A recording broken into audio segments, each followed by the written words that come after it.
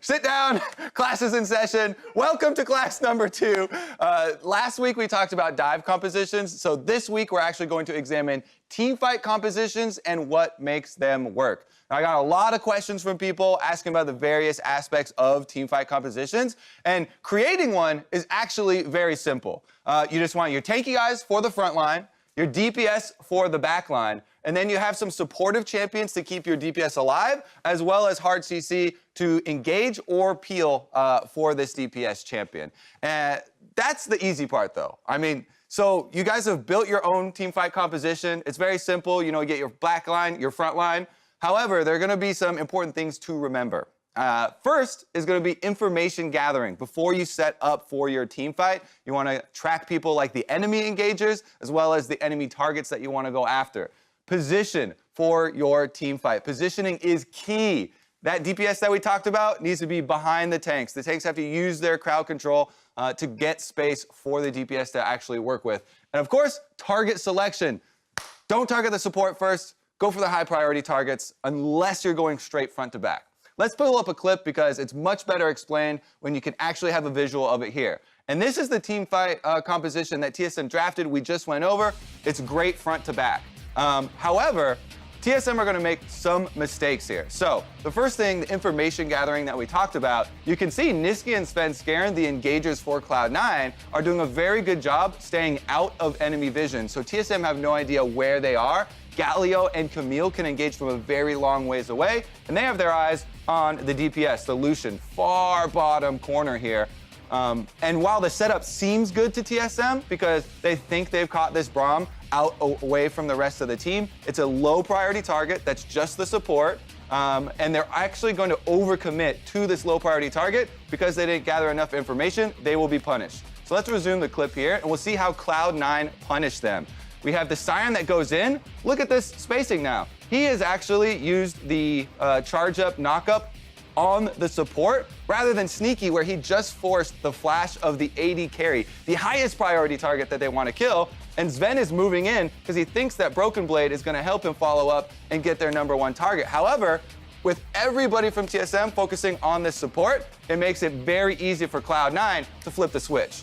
If that Q had gone the other way, it would have been a much better situation for TSM. But Cloud9 see the opening, they all jump onto Sven, the DPS is gone, and once that happens, the team fight is over. But when I was reviewing this clip, I actually found something even more exciting. This is nuts.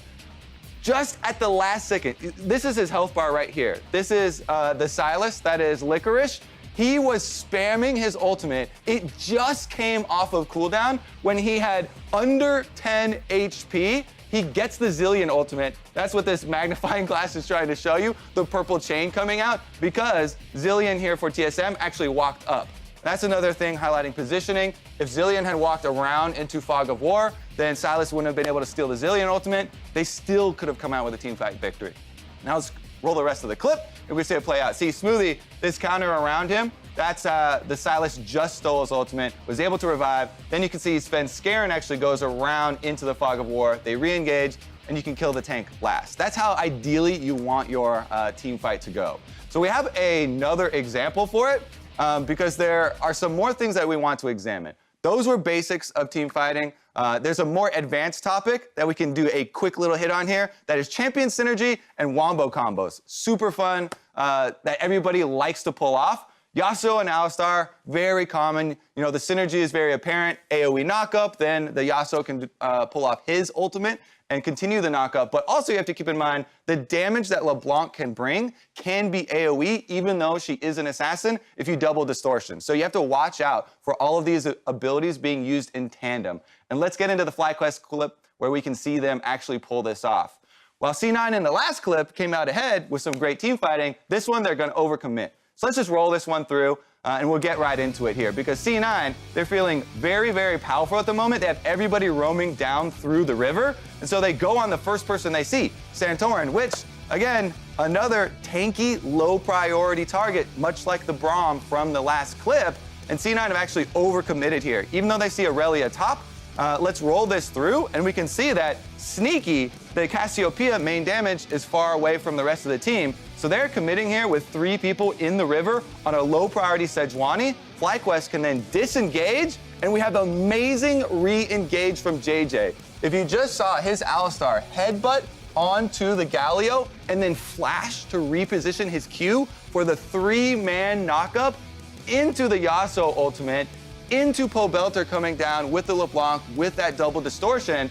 If we roll it through, you'll see the Kindred gets 100% to 0. Wombo combo destroyed. No Kindred ultimate can come out. They layer the knockup. Sejuani ultimate even came down on top to finish off that stun. And that is how, even at a numbers disadvantage, you can turn around these team fights with good, strong champion synergies and good timing.